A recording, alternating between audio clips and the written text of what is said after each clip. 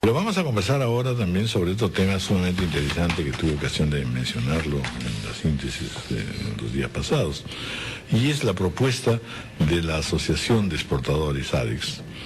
Es una propuesta que en realidad supone no solo imaginar una nueva manera de una nueva relación con el trabajo, sobre todo, fortalecer toda una situación allí complicada, sino también una lucha contra la informalidad, que es uno de los males que no solamente compromete la parte laboral, sino también la parte empresarial, tributaria, etcétera.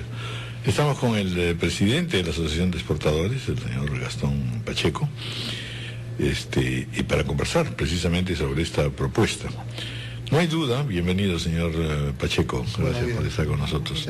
No hay duda que han entrado ustedes a un punto central y que sin embargo, naturalmente, supone en primer lugar que hay una larga trayectoria y expectativa por encontrarle solución al asunto y no se ha conseguido, y que curiosamente, no obstante el crecimiento económico, el desarrollo empresarial, los compromisos internacionales que el Perú ha asumido, nada de eso ha impedido que la informalidad continúe. Y entonces eso es bastante grave. ¿Cuáles son las causas de esta informalidad? Si nos concentramos solo en el terreno laboral, daría la impresión que estamos pensando pues en que las empresas tengan otra modalidad de empleo, de lo cual seguramente vamos a hablar.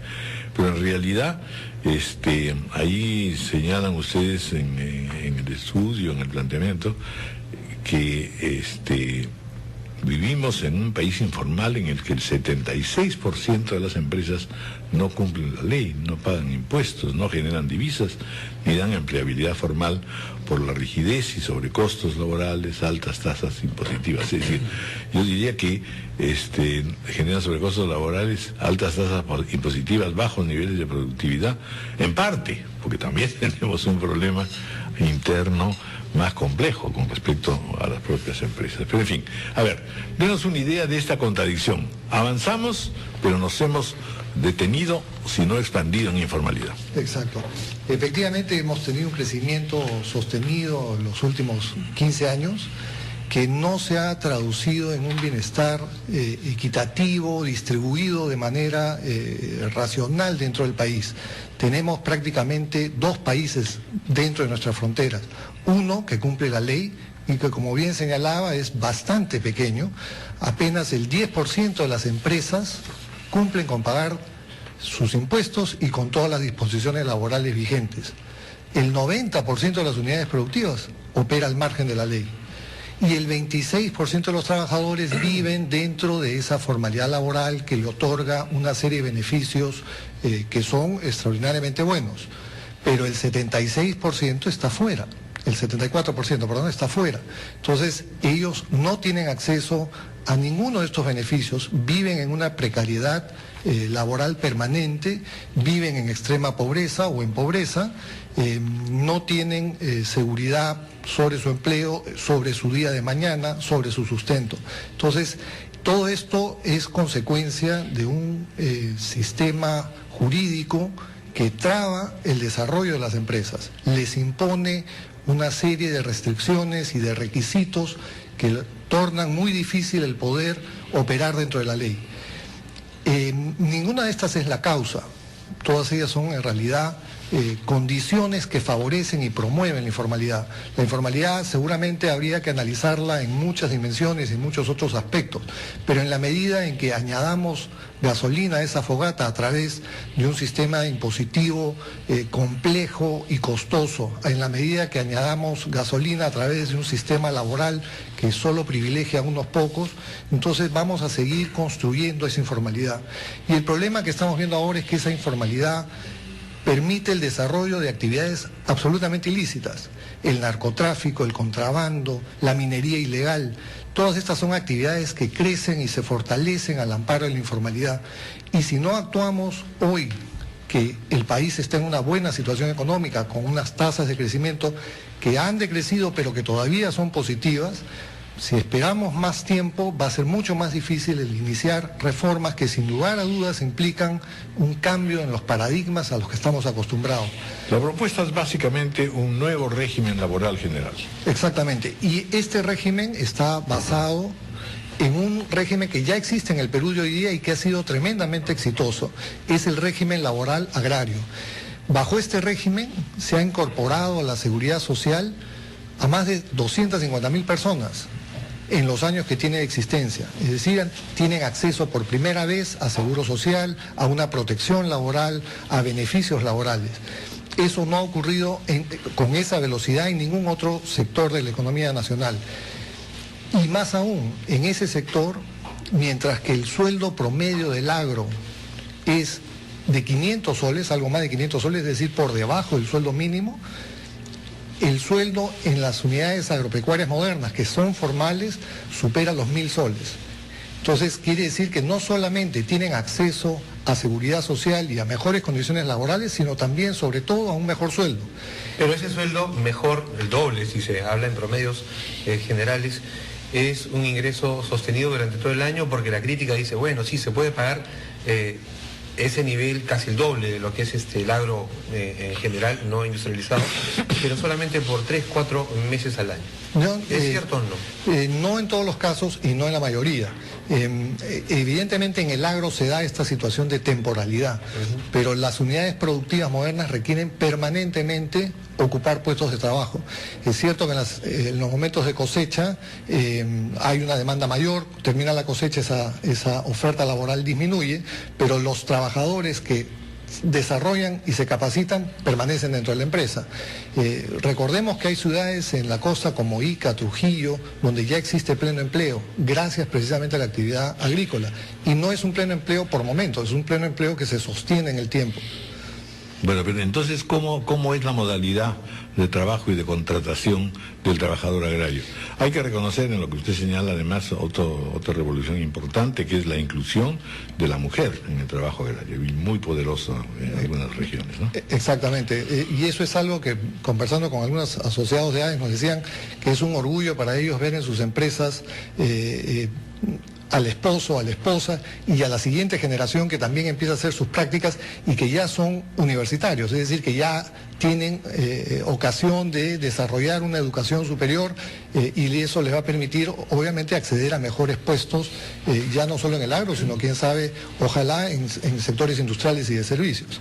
Entonces, sí digamos, la propuesta va a permitir dinamizar el empleo, y lo que buscamos es que justamente la mejora en las condiciones del trabajo puedan ser acompañadas por las empresas. Cuando la ley impone unos mínimos inalcanzables, lo que termina haciendo es creando una situación irreal sobre la cual se escapa. Conduce a la informalidad. Pero a ver, explíquenos un poquito cuáles son los cambios, tal como viene ocurriendo ahora, en la breve y todavía muy débil formalidad. Pero sin embargo, pues ahí hay vacaciones, hay, en fin, una serie de requisitos que tampoco se pueden retirar de la noche a la mañana, ¿verdad? No, la propuesta nuestra no implica retirarlos, a pesar de la lamentablemente mala información que salió en el diario Gestión.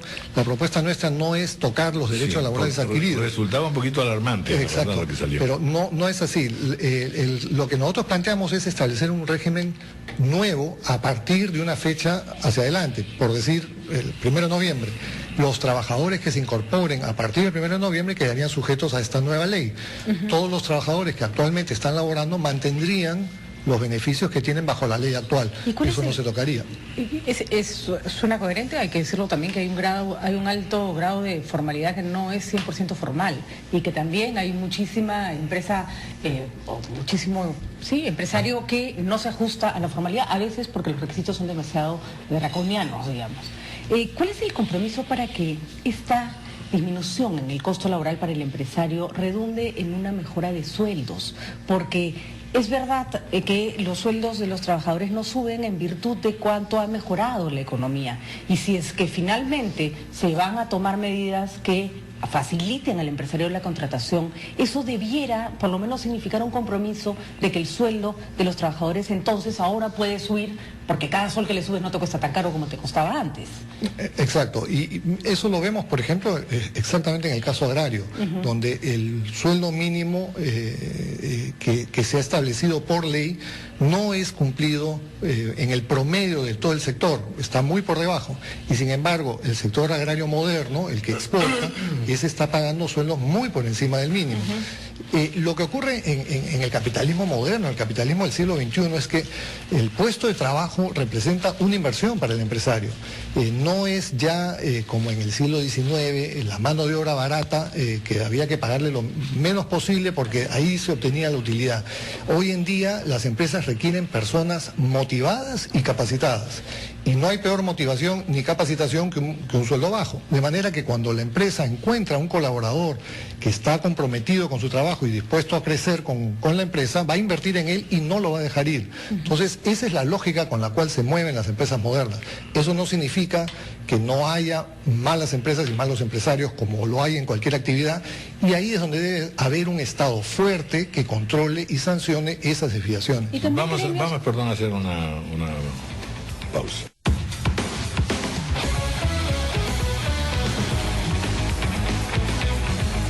8:22, continuamos conversando sobre la propuesta presentada por ADEX para un régimen laboral distinto, en el marco, en realidad, de disminuir y combatir la informalidad.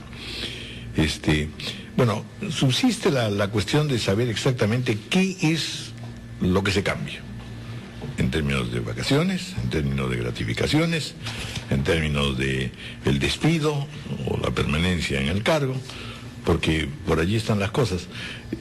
Como usted mismo ha señalado, en verdad, hay que tener mucha precisión exactamente en lo que se quiere hacer o se propone, porque la impresión que se tiene de partida, desde el punto de vista de los trabajadores, que también han estado sujetos, pues, no solo a la informalidad, sino también a situaciones complicadas a veces con las empresas, tienen pues una suspicacia, es decir, aquí nos van a recortar las posibilidades, en fin, de mantener una legislación que nos favorezca. Es verdad que eso no ha ocurrido y no tendría pues por qué permanecer y que hay que cambiarlo, pero a ver, ¿cuáles son concretamente las propuestas que ustedes consideran que se harían factible la disminución progresiva de la informalidad? El planteamiento nuestro está dirigido a resolver el problema en el que están 3 de cada 4 trabajadores. Hay uno de los 4 que sí tiene acceso a los beneficios que establece la ley actual laboral: 30 días de vacaciones, 2 sueldos de gratificación por año, CTS, etc. Esos beneficios los obtiene 1 de cada 4 y deben seguir. Por ahí no va nuestra propuesta. Nuestra propuesta no toca esa parte del problema.